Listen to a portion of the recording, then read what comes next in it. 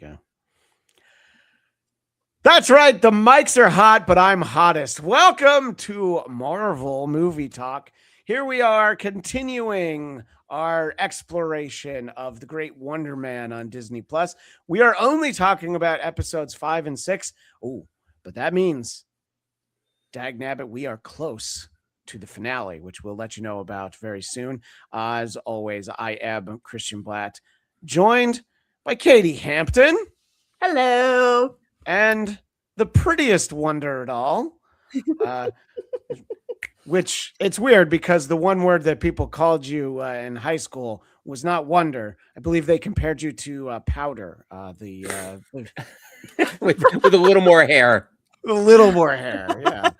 Where it counts. In any case, I just wanted to make you nervous to think I was going to say a different word. It is here. It is time to talk about episodes 5 and 6 after, I would have to say, the tour de force that was episode 4, Doorman. Our buddy Nate Miller has been working too much to join us, but I traded messages with him, and he talked about how tremendous that episode was. He thinks it might be his favorite episode of any Marvel show that they've done. Yeah, and I assumed. It's not crazy talk. I'm not ready to say that, but Daredevil season 2 on Netflix. Matt and Frank just sitting and talking in the cemetery is still going to be number 1 for me, but it was way up there. So we dive into episode 5, and Katie, are you disappointed that we were no longer in Pacoima? No, but I was very happy that we're back in LA and Hollywood because they went through some of my old stomping grounds in this episode, in episode 5. Yeah. Tell us a little bit about that. Yeah. I have an image. Ripley Museum. Did you used to frequent that? The which one? Sorry? The Ripley Museum. Hey, wait, Eric. Believe it or not, she did. No, but I was walking down and back and forth because IO, Second City, IO and Second City were on Sunset. Yeah. Very close to there. Very walkable, especially if you're taking the train. Yay, public transportation. The Hollywood and Highland stop. It made it possible. I wonder if anyone's ever taken the Metro to the Academy Awards there at what used to be called the Kodak Theater. I guess it's the Dolby Theater now. Mm-hmm. Fun fact, I once went to a presidential debate there, and it was Obama and Hillary. It was advertised as John Edwards as well. He wasn't running anymore by then, but they had to close that. They couldn't have the subway operating underneath there when you have people running for president. It was considered too high risk. That makes sense. Sense. I'm so curious about how the Olympics are going to go, but yeah. What would the concern be? Why would people be worried about the Olympics? Easy peasy. Yeah, super easy. But this episode, especially not just for like it being in Hollywood, old Hollywood stomping grounds, even a club that I vaguely remember because I was very drunken, that they go to, but the box breathing stuff. Like not only is that like a really great actor technique, yes. Eric, do you teach this to your students? Because I feel like you should, because it's also a really good anxiety technique too. It's a psychology thing. I did try it myself, actually, as I'm watching. I'm like, shit works.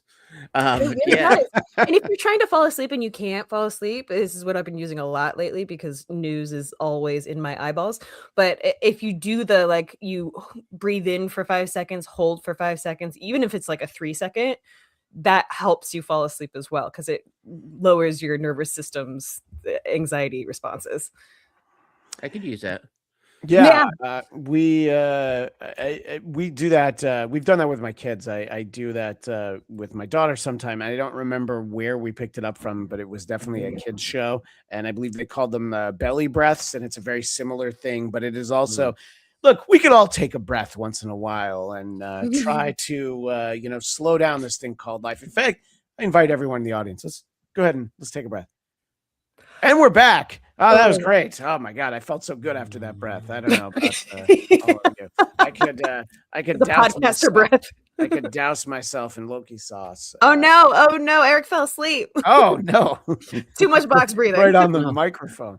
Let's Loki sauce. start off by talking about found footage. So now we understand found footage, of course, is the title of the episode. I don't know if Eric got nervous talking about some footage we might have found had we cracked open that old 2006 laptop, but that's not what we're talking. That's not this. That's show. called shared. That's called shared footage. Actually, it's a very different thing. Cloud footage. That's the If they intervention. found it was never lost. That's the intervention we'll be doing on another show on Sunday. So found footage, we're dealing with sort of the repercussions, understanding the doorman rule.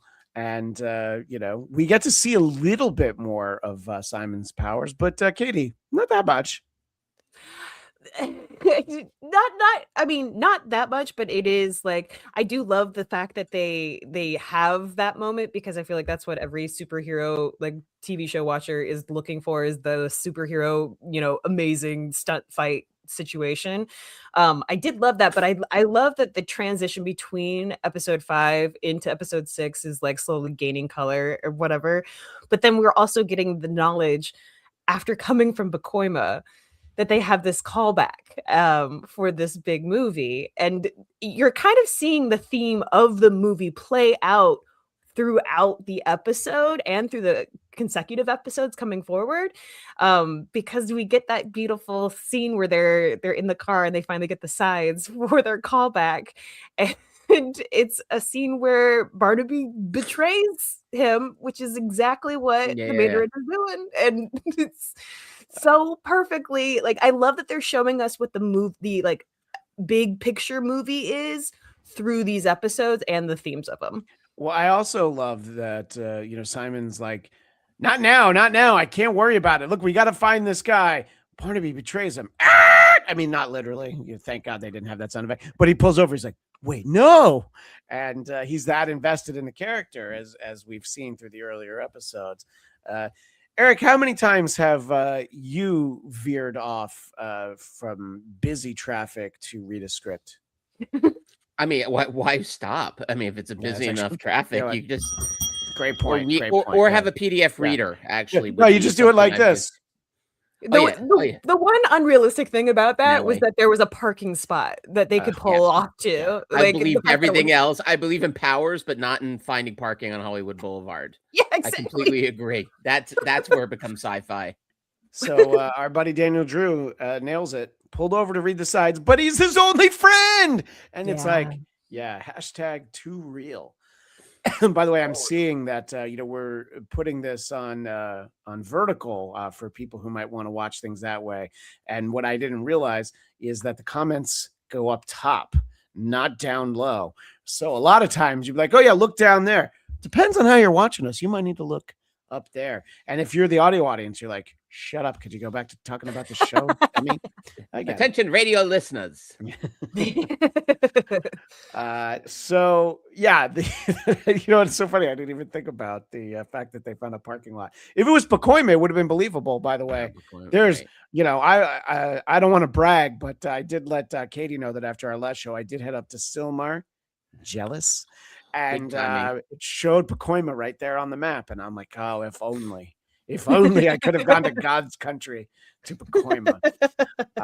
So Eric, what are some of your thoughts sort of in this? There's this frenzy, there's the sides coming in, juggling. I mean, I think out of everybody we know, Katie, Eric is the one who can relate the most to juggling, being a superhero, but also being a very important part of show business. So Eric, please tell us how you could relate. I mean, this is why the hair is being worn, because I'm getting all the feels. And when I talk about this, I want to keep those feels alive, which my beautiful locks do. This episode is so fun because one thing and oddly enough, it's funny. It's like stuff I talk about. I'm teaching like 2 different sections of TV spec writing this semester. And one thing I keep talking about is sort of that tangible goal that speaks to who the character is, so that it's not just and then, which we all know is a bad thing in writing. Yes, and is good, and then bad. Therefore good, but also good. And what we have here is like, okay, It's just about we got a call back. Great. But someone got footage of us. Therefore, we got to go find that guy. But the sides came in. It's the ticking And time bomb. oh, and it's great. And the way it, like, episode 4, I'm gonna say it is easily one of the 5 best Marvel episodes we've had.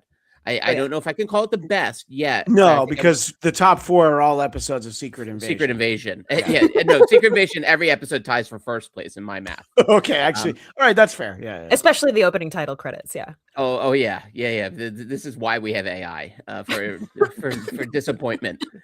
Yeah, that was a moment that AI was like, well, I think we're gonna be okay against the We're machine. gonna be When all you right. see that AI, like, I'm not afraid But of AI. so yeah, you circled back to episode 4, but you're tidy up your thoughts on episode 5. I'll do Eric. my best. So, episode 5, in the end of it all, not much they're trying to do, right? Yeah. Except then because he saved Slattery, right?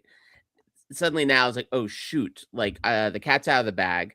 The first real superhero moment, I think you could say in some ways, like superhero, not superpower. We've had Yeah. those, but superhero, and seeing what he could do, and that notion of like, I didn't want to do that.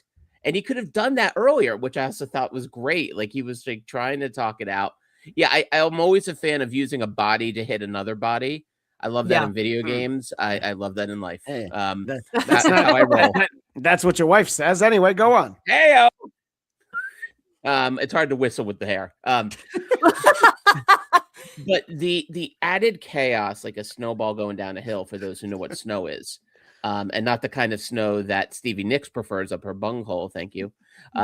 The moment that's a line from this episode. It's a line You'll from see the it. show. I know, that's why I laughed, but you're right. We probably should have clarified as to what Preface that. Yes. No. According Stevie to Nicks Trevor here. Slattery, yeah. Yes.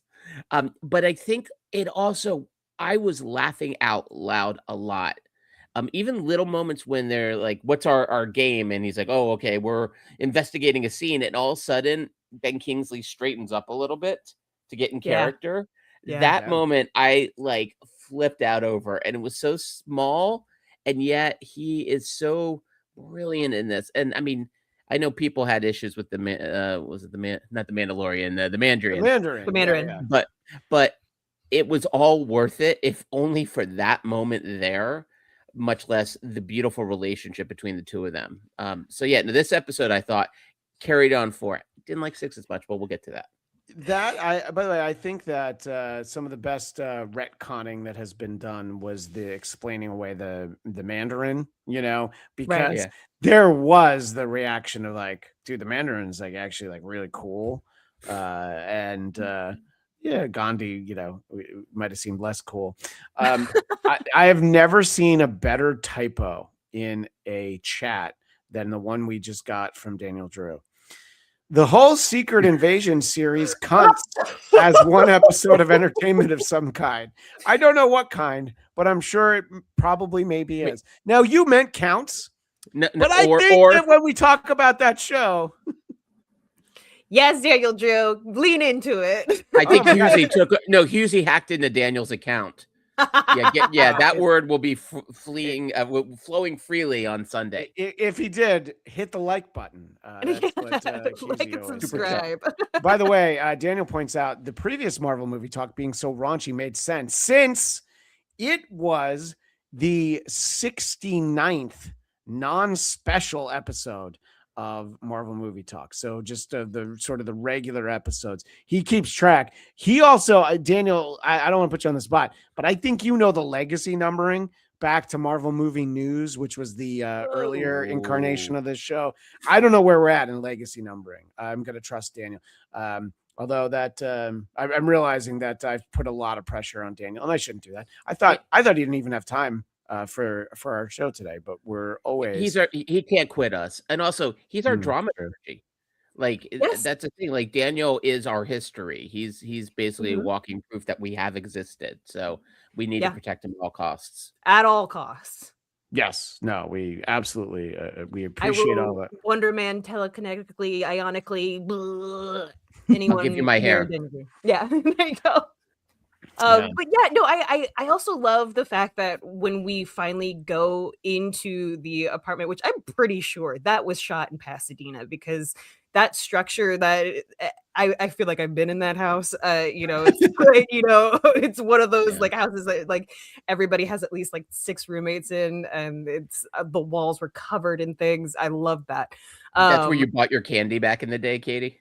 Yeah, the chamoy covered candy. Yeah, or I mean tahine and chamoy. Yeah, chamoy. please. I love that they did that whole like operation as though it were a drug deal, but it's so Disneyfied. But it's just them making Yeah. candy. It's And he like was such a nice guy too. He's like, we I can know. work it out. that is some real Disneyfication. It's like love that. when they took Kevin Smith's Clerks and very briefly turned it into an animated series. Jay and Silent Bob, who were drug dealers, they sold fireworks out back of the Quick Stop. So Smart. also illegal, but like it's the soft version of illegal.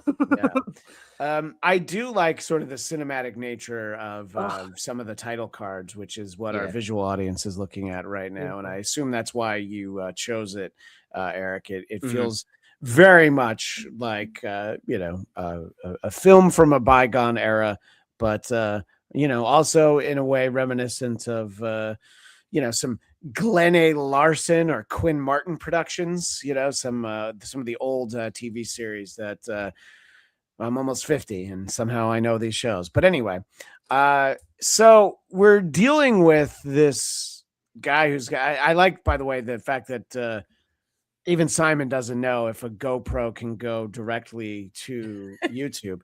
I would have thought it could. I don't know. It depends which model you buy. Yeah, it depends which model you buy, but I Okay. feel like that's another actor detail of just like Yeah. how much technology we have to know in order to upload things. So like it's almost like in the back of your mind going, wait, could I just shoot my audition on a GoPro and then just upload it automatically Yeah, for casting to see? Because like that would be so helpful. Like I feel like there was something in there with that. I could totally be projecting onto him, but I'm like, wait, is there? I think the Jaden Esteban feud kind of we didn't really get to the bottom of it, but maybe we didn't need to because the door gets kicked in and people are looking for slattery. But I was kind of with Trevor when they're like, "I'm going to shoot your friend." You're like, "Yes, please do." Yeah. You know? Can we also like just pointing out the Obey t-shirt that he has on? Yes. I mean, if you haven't seen Exit Through the Gift Shop, I highly recommend it. There's a lot more about just this image alone. Yeah. And not to mention, that's my dog's namesake right there. Fezzik. Obey? Fezzik is Andre the Giant. Obey. That's one thing he never has done once in his 7 years of my house. Which not is part of starting that. Yeah. By the way, I make an offhand comment, and Daniel Drew gets right down to how this is legacy numbering episode 353. He is our dramaturg. We made a big deal about episode 200 of the earlier show, but we haven't celebrated a milestone in a while. All right, Daniel, this is on you. Let me know when we're getting close to 400. I don't know what we're going to do, but we'll probably just start renumbering with issue number 1. I think that's the way that usually works. Could I go back one step with actually the moment leading into this where this kid's got the GoPro. He looks like a lesser biker gang member. And he escapes. And one of the reasons I really love that title is it was also the perfect use of an edit as a joke. Oh yeah. It's like, yeah. do you have super speed? No, we're taking my car. Cut. Boom. Right. And that was like, all right. Did you like how I was you're very good. Yeah, ready VFX, take VFX. Boom, I did it. All right, we could run the truck for the Academy Awards, just you and me. We don't need Christian in episode 21 could not have done that. At episode 353, nailing it. Hey, wasn't good enough to be on the show back in episode 21. But anyway, I'm here now, and that's really the thing that matters. Nobody wanted me back then. But, when everybody leaves a company, all of a sudden, it's musical chairs. It's like, well, who likes Marvel? I do. And, that's how you end up on a show. Just stick around, everybody. That's something that Simon Williams could have learned. Think about how much a part of American Horror Story he could have been. Do you have anything different to add to Esteban? And I already forgot the other kid's name because It's Julian. I can't remember. I might be wrong about that. I just had it a second ago, and it was not Barnaby because that's an important character. Jaden. Jaden. Oh, different Yeah. Jaden.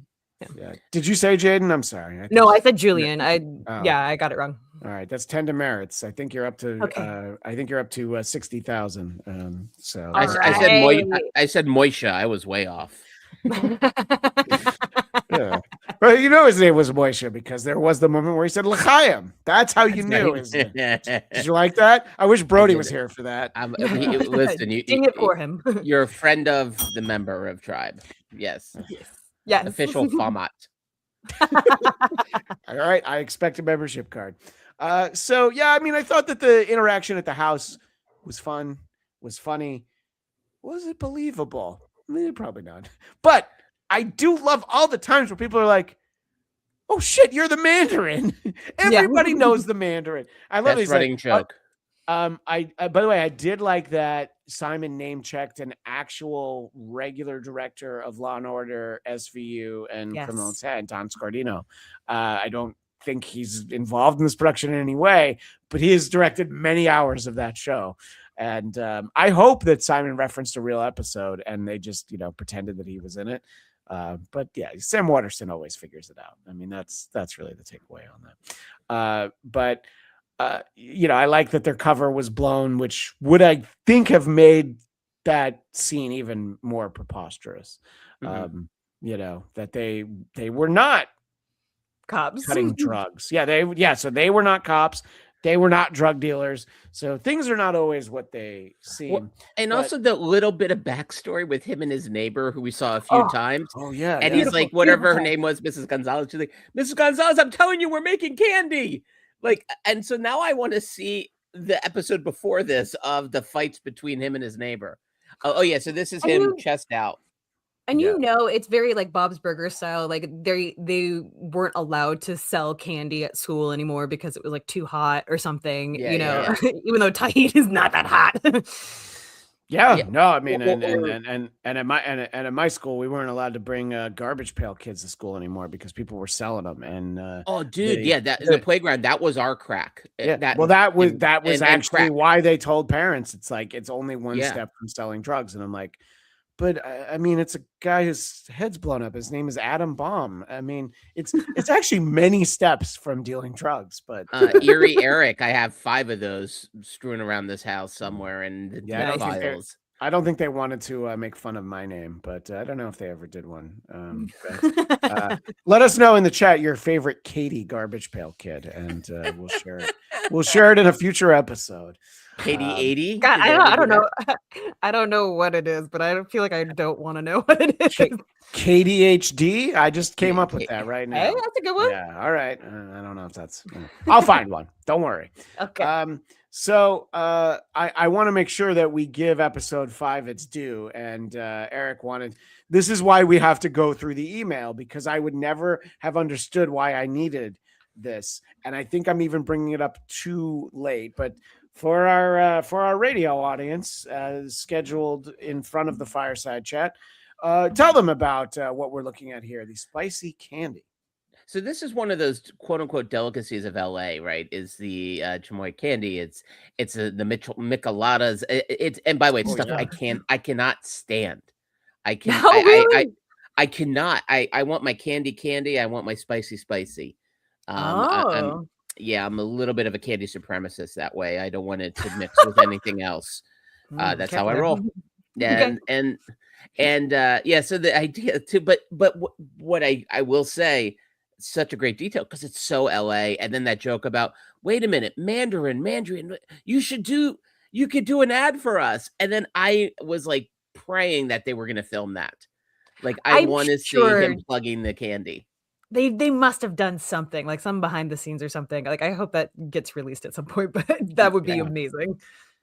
But I like again too that detail is so LA. I mean, I don't know if that candy. I've lived here so long now. I have no idea if that sells outside of this part of the country, but I know Good it point. sells huge in this part of the Yeah, country. no, And especially in the schools too, amongst Yeah. kids as well. And I know when I used to work for the YMCA, we had to confiscate a lot of candy because people were getting like acid reflux. yeah. Oh, and it gets on your the fingers, like the Oh yeah. It's uh, like all fingertips are dyed red. yeah.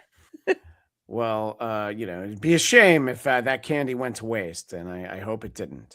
That's confiscation. But we had Eric earlier. You referenced a fairly great line that was delivered, matter of fact, and I actually thought it was in the other episode, so that's why I didn't go to pull it when you said it. All good. But I feel like Stevie Nicks having Coke blown up her bunghole. Oh, Just the amazing. amount of like British isms that he Yeah. uses in this episode, like when he says bollocks to the Yeah. kid Yeah. running off with the tape and all of this, so much fun.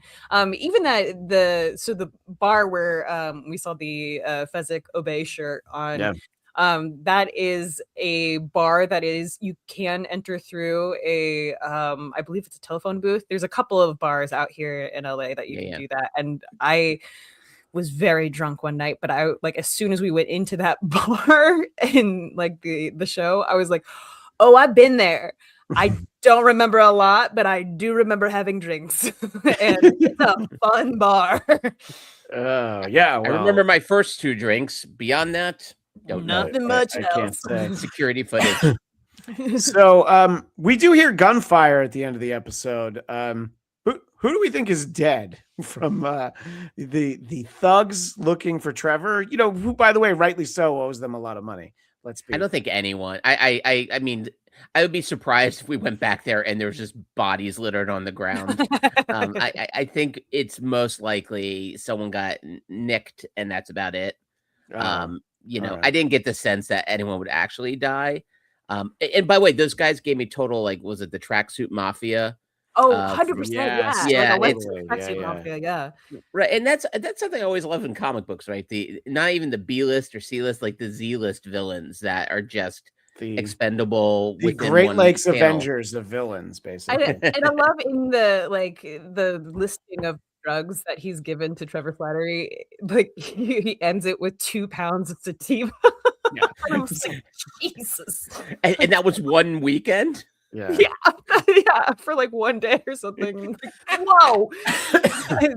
Pound is a lot of weed. I'm just putting that out there. Allegedly. Allegedly. We will neither confirm nor deny. Oh, Hey, I'll kids, confirm. stay in school and eat spicy candy.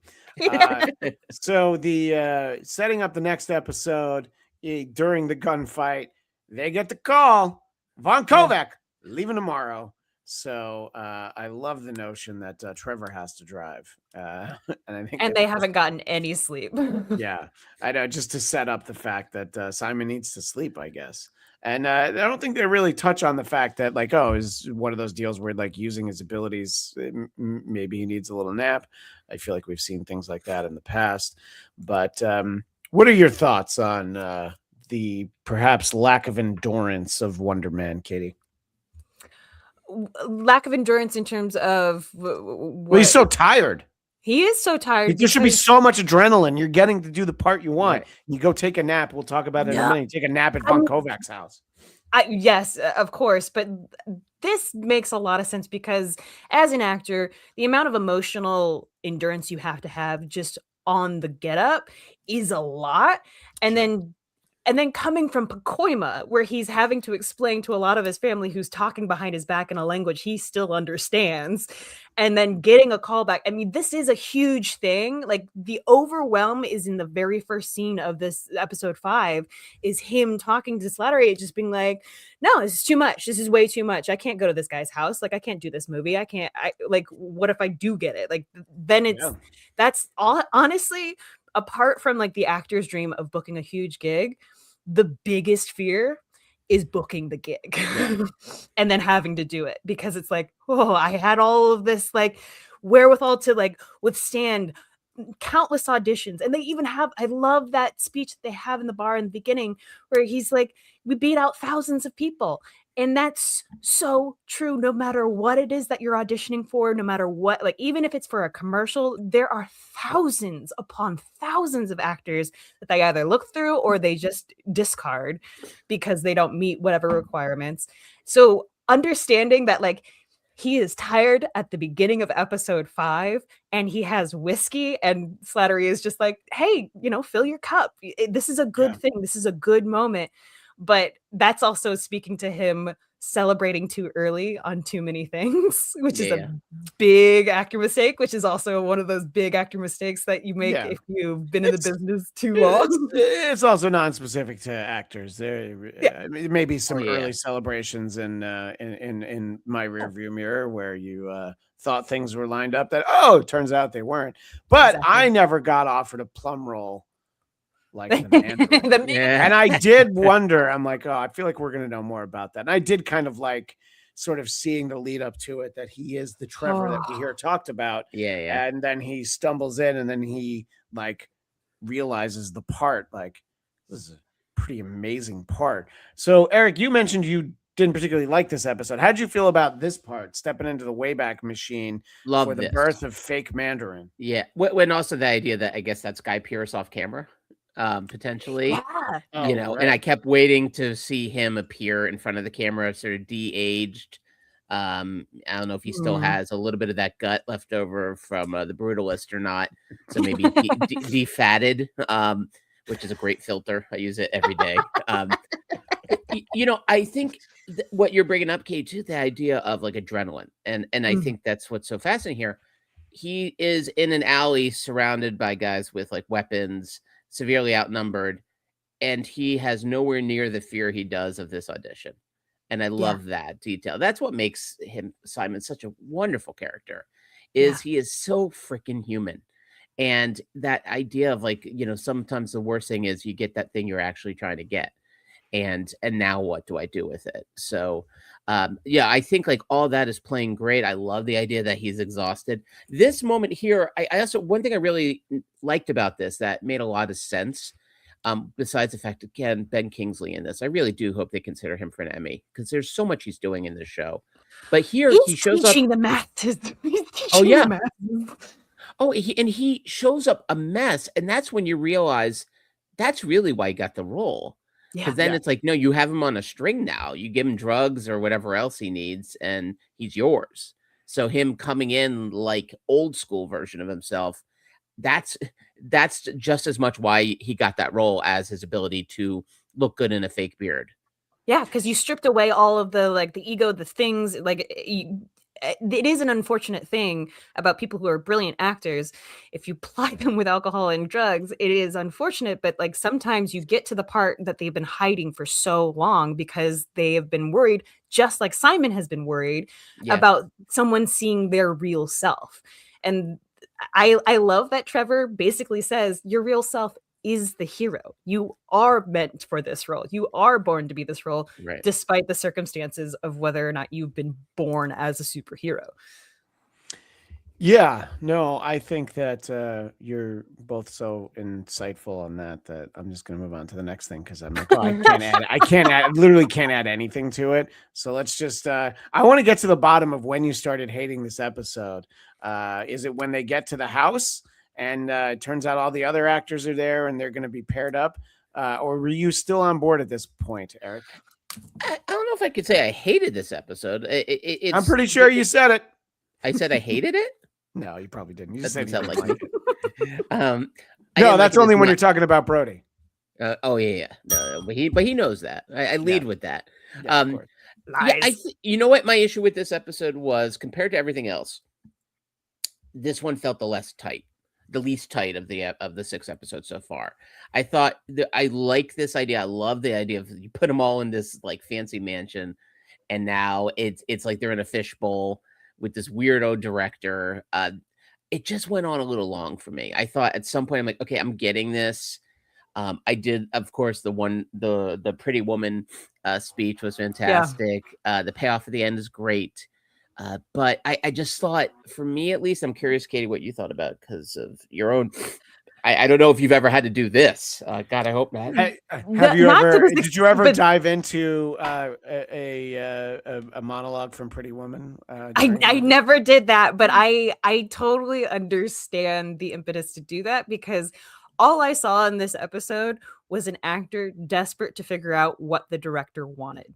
Sure. And instead of saying, this is what I want to see, it's more desperate for attention. And that is exactly what every single, and like that's what makes this episode so uncomfortable because it's a bunch of actors who are very uncomfortable and either not being realistic about it or improvising the wrong thing until we get to the dream improv.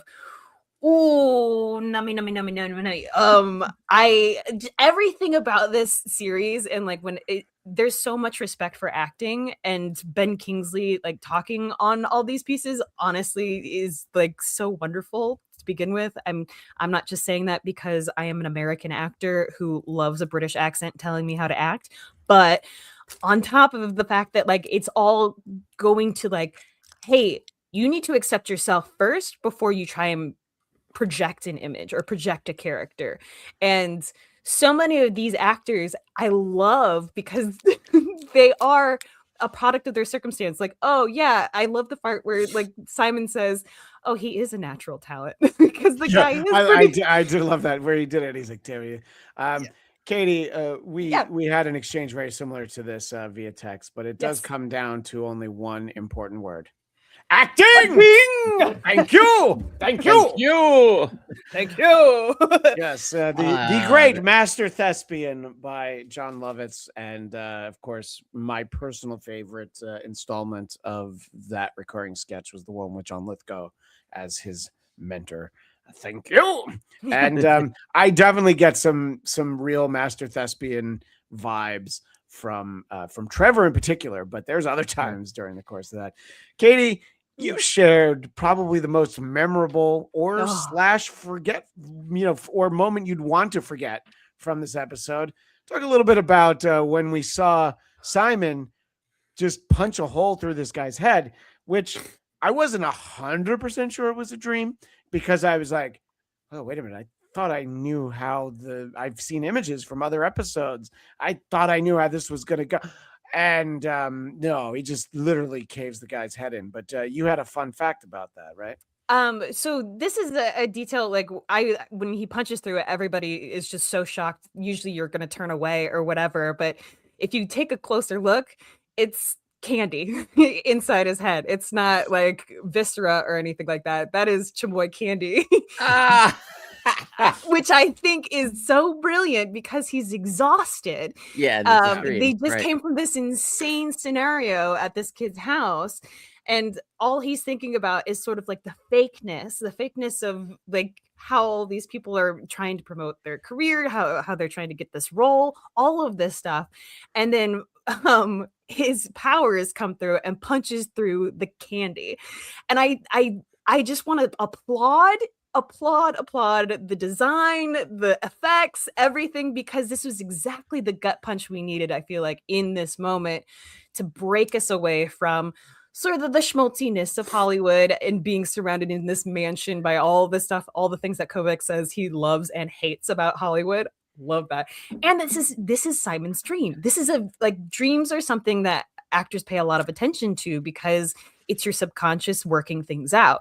And so this dream is so much of Simon working with his actual like self and his powers. And how does that combine with the career that he really truly wants and really should be doing? Yeah. Well, it's funny, Katie, I sent him the reverse angle of this moment, which is from his point of view. He's pulling it out. No, when he's punching in and it's just face arm. Yeah, and I actually, Christian, I had that same moment where for a few seconds I'm like, wait, I think that might have happened. Right? Yeah. I didn't catch the candy, and that's no why the candy is there. Well, because we were at Katie's house with her massive TV. I know, right? You should come over. Yeah, I was. My invite I've been waiting for by the mailbox for years. No, we came over that one time. Remember? We got to hang out. We got to talk to the Punisher. Yeah. Oh, it was great.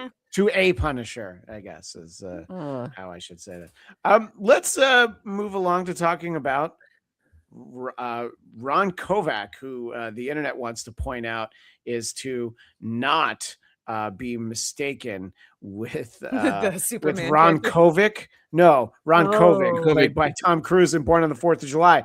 Because I'm like, yeah, I didn't think that, but thanks, Google. Thank you for making I sure think that the real Ron Kovic. Well, no, he had a mustache, but I think his hair might not have been that far off. well, Or was he bald? that might be true.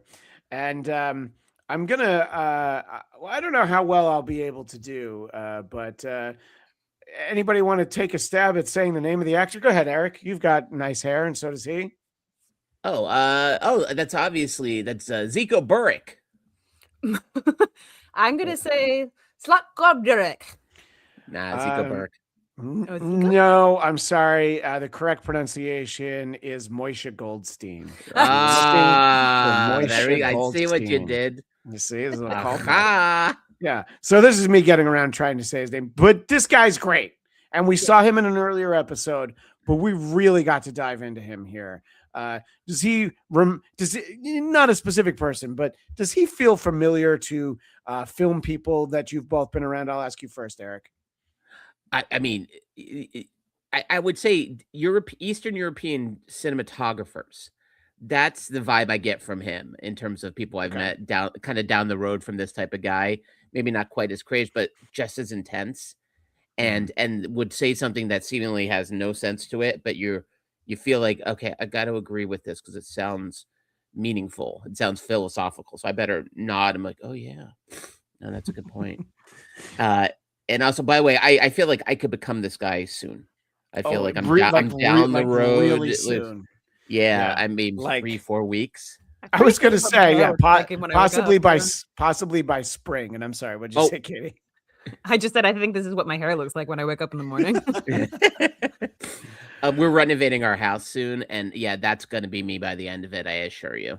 If I'm, but I also like that he says everything I both love and detest about Hollywood all at once. So I'm with Ron Kovac here, and you know, I've been waiting for his backstory as to why he's making this Wonder Man movie. You know, I mean, how much time in director jail did he spend? But it's fun to get the interactions with him, and we did talk about already how Simon just.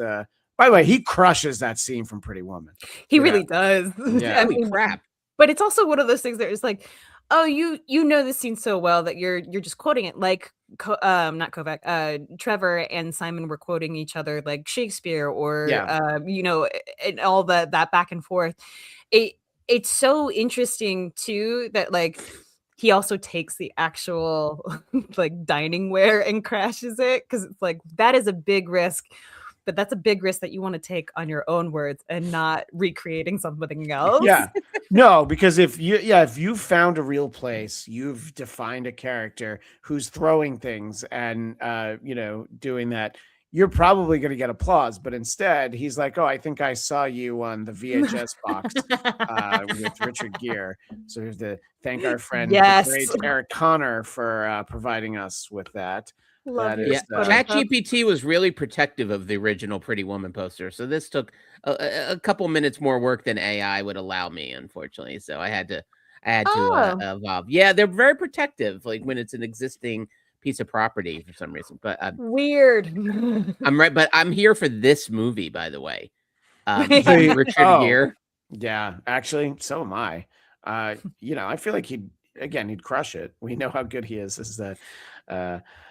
We do get a lot of reflection of, what people don't understand is on the days you can see through the smog, Los Angeles can actually be very beautiful. And, the smog that we live with now is nothing compared. Like if you see movies that are filmed in LA in like the 90s, you're just like, are they in a cigar bar? Oh, no, they're in a parking lot outside of Jack in the Box, actually. But I think that we get a lot of reflection from Simon, just sort of realizing, I sure did do a scene from Pretty Woman. But Are there more things as this goes along that why this one did not speak to you, Mr. Connor? And again, I think it's just if this was like a 15-minute episode, maybe. Although I understand one of the beauties of this storytelling is like they let things really go and marinate, and we were talking about before, like, so I get this sort of real timeness of it all, the idea of like we feel trapped in this beautiful mansion with him, with them. So I on that hand, I get it, like mentally, I get the choices, I love the payoff. But I found myself for the first time of any of these episodes looking at my watch a little bit. And I can't say that was the case with any other episode. So again, is it a bad episode? No. Again, we've seen bad Marvel. We've lived through it. We survived. We've already said its name, and we're not even supposed to say speak its name. And we've seen episodes that were just filler. This is not that. Sure. This is definitely not a filler episode. I just think after the brilliant 1-2 punch of episodes 4 and 5, this one felt maybe a little muted compared to those, but then again, the payoff, and I respect the fact that it really is a TV series. Would you go so far? Yeah. Would you go so far as to say, Bolf, that it was a bit of a stumble? Do you think a slight stumble, but corrected its footing at the end, like the iPad, and was able to move on. Ivan says the Trevor and Simon scene at the balcony was one of my favorite scenes of the whole show, honestly. And the fact that Eric's talking about how he was checking his watch, Ivan Soto turned on you. You're not worthy of the Trevor wig now. LOL.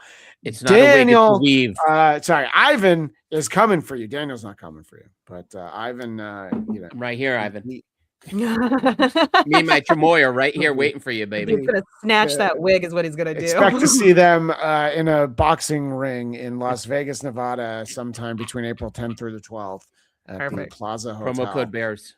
Thank you. Yes, promo code Bears. I appreciate that. I don't get to mention promo code Bears on this. This is the one show. I think I have mentioned it before, but I don't mention it, let's just say, nearly enough. I think that people are clamoring for promo code Bears, and Katie's like, no. The hell are you talking about?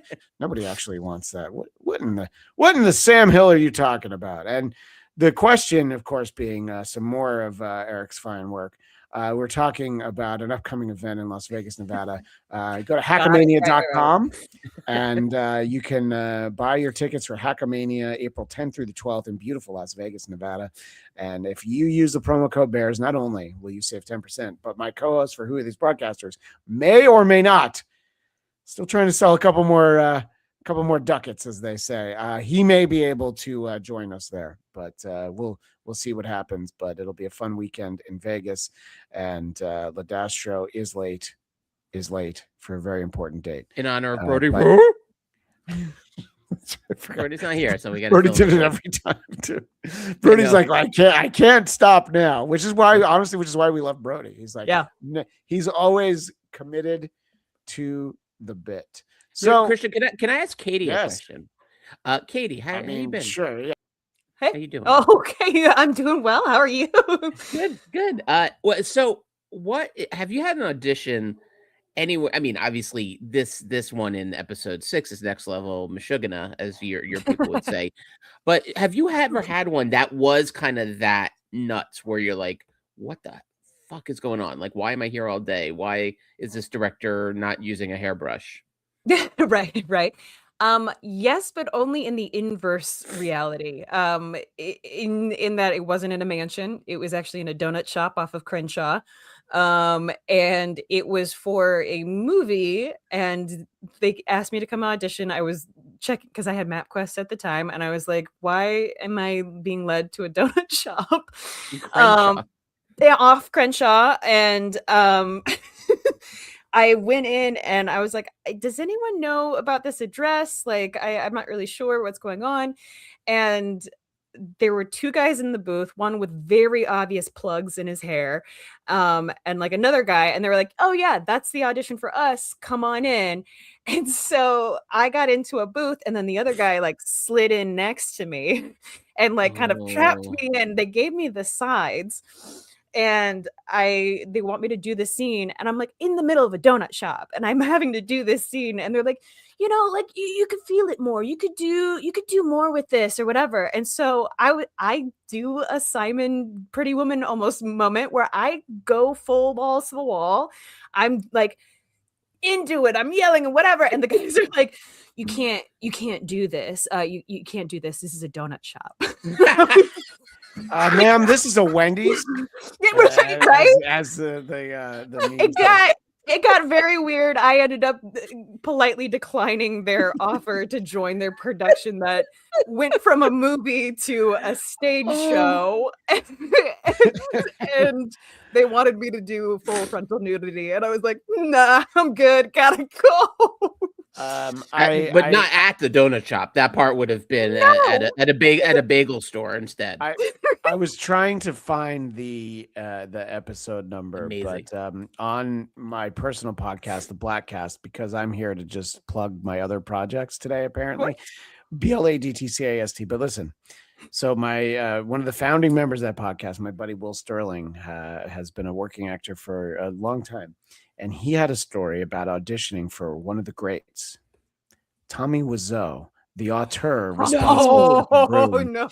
And it was a project that he ultimately decided to not be a part of. Will, not Tommy.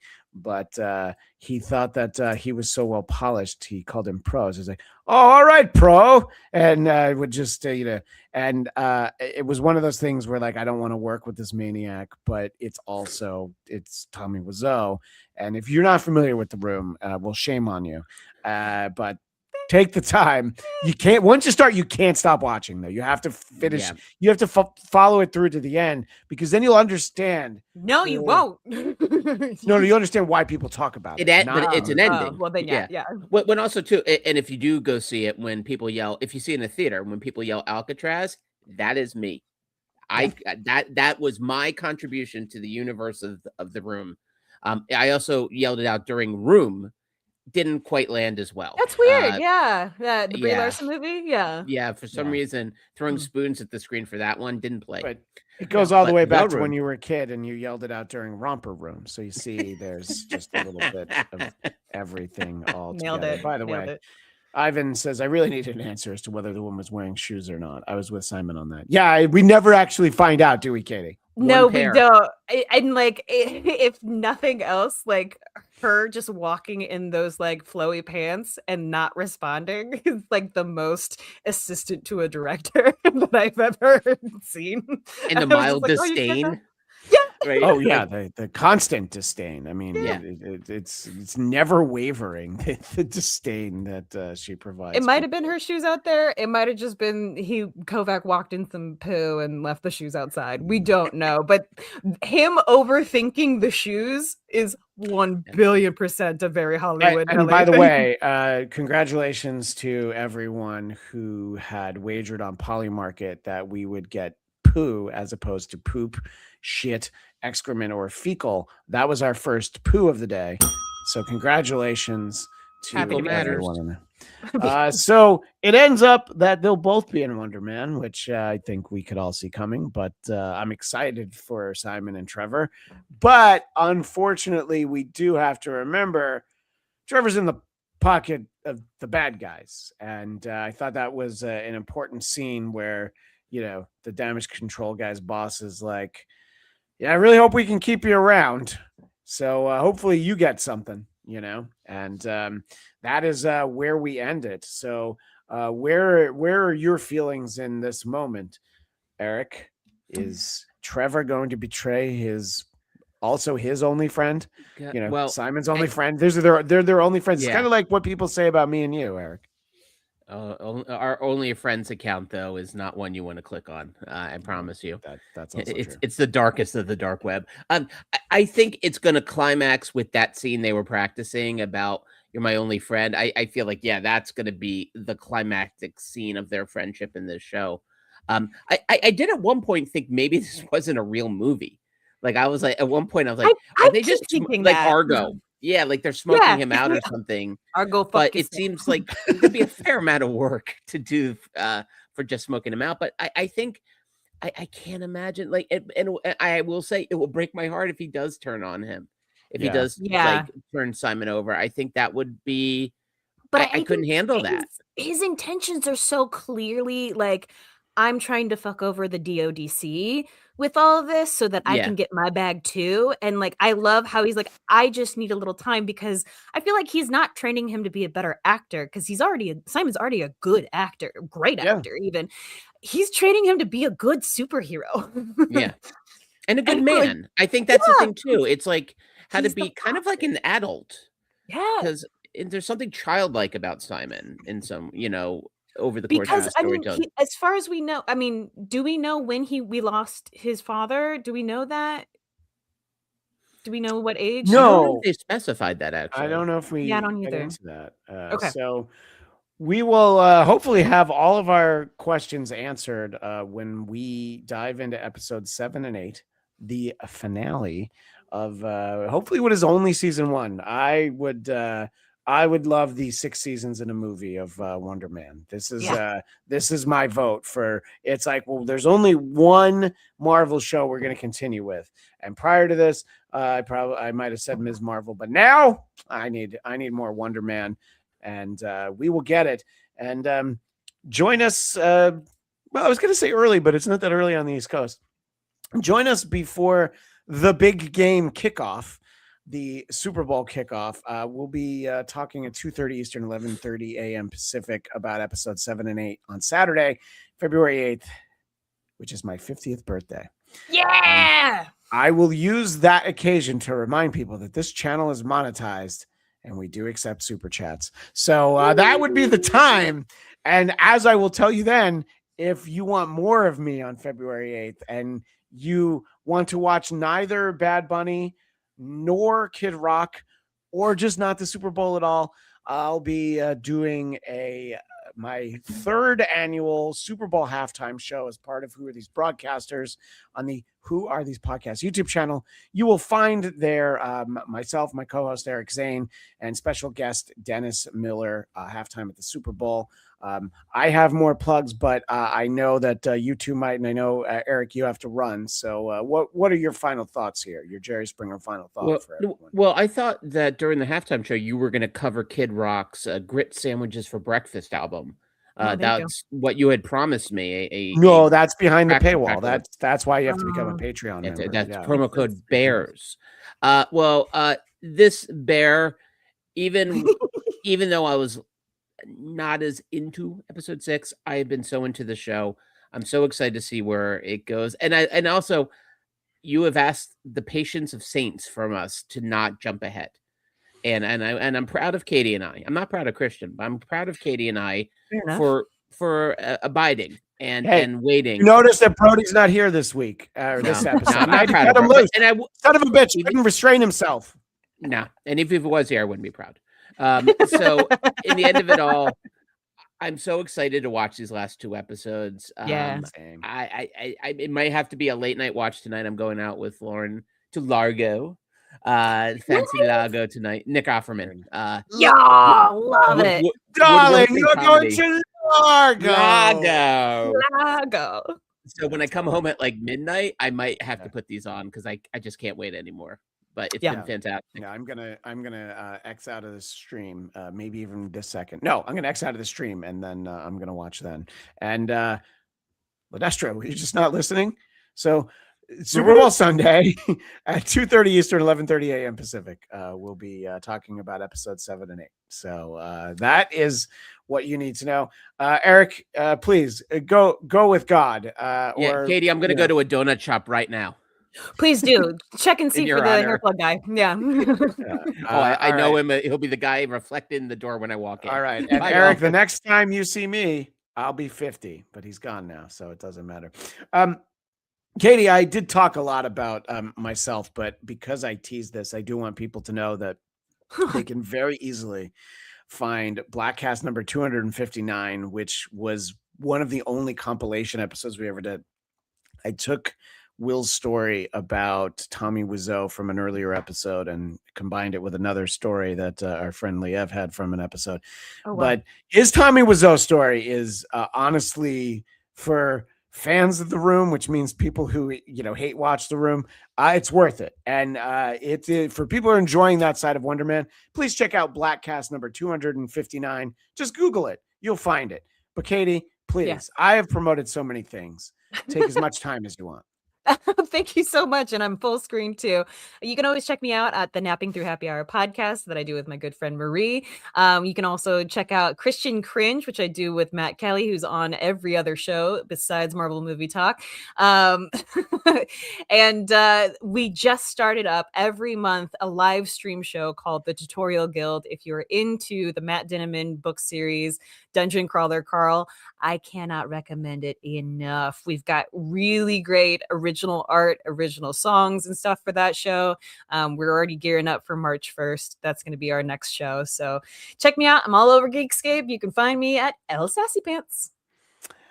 Thank you so much, Katie. And of course, Katie and I are both part of Geekscape News. I think we still haven't done one together. I think I just said that the other day. You and I have not been paired up yet, but I've been having fun with James. I did one with Matt Kelly, and every day, short form, not like this show that goes on and on. We really try for 15 minutes. I think the Grammy recap was like 17 and I was ashamed, but we'll make up for it. The next I'm one actually was kind of surprised it was only 17 minutes. Yeah, wow. Yeah, I mean, and I kept trying to talk about Cher, but I think he got in the way. And I'm sorry. He's like, I'm gonna let you finish, but I was gonna let you finish, but Ivan Soto. Deep Space Nine was big in Star Trek, huh, Christian? Starfleet Academy did a massive episode about it. Yes, Deep Space Nine is referenced in a lot of Star Trek. And if you haven't already, you should definitely check out Trek, Marry, Kill, one of the other Geekscape hosted podcasts run by our good friend Brian Murphy, who is a Star Trek aficionado and rates all the episodes. Deep Space Nine. This is going to be a hot take. So, obviously, original series, TNG, in the third spot, DS9, hands down. I don't even have to think about it. I loved Deep Space Nine. I liked that it was a little different. It was like, no, we're on a space station. And, they kind of tweaked it a little bit. Christian, have you watched Lower Decks?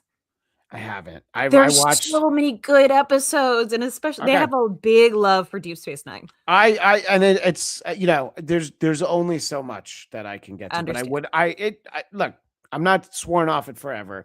I'm not caught up on Starfleet Academy, and Ivan keeps kind of peeking in. Ivan, if we gave you an episode list for a previous Star Trek series, would you watch them? We're not going to do it right now, but I have some recommendations. And I don't know if you'll ever recover from Inner Light, but maybe I'm wrong. Maybe you will. Maybe you'll be like, yeah, it's like grade school. But how many lights are there? I think you know the answer, Katie. 4! This is the most Ivan Soto answer that we could ever get. So we could take the time to put together a watch list, and you don't say yes, you don't say no. You say maybe. Well, you know what, Ivan? Maybe we'll make it. Maybe we won't. We hope you enjoy. We hope to be joined by everyone. I think it'll be me, you, Eric, and Brody, and we'll see if we can get anybody else to join us. And we might do more than one episode about Wonder Man as a whole, because I know a lot of people want to talk about it. But our wrap up will be on my birthday. So come celebrate his 50th. Yeah. If anybody's wondering, where are you listed for birthday presents? Cash money. All right. So list your Venmo up there. That's actually a great idea. I used to do it for Internet Supreme Court. I used to put up my Venmo QR code. I'm like, I'm not going to do it now, but there'll be time for. I'll teach you how to do it. Because you know all right. Yeah, I know. And you got to teach me how to do the streaming. That's all the time we have for now. But as the great Stan Lee would say, Excelsior! Thank you.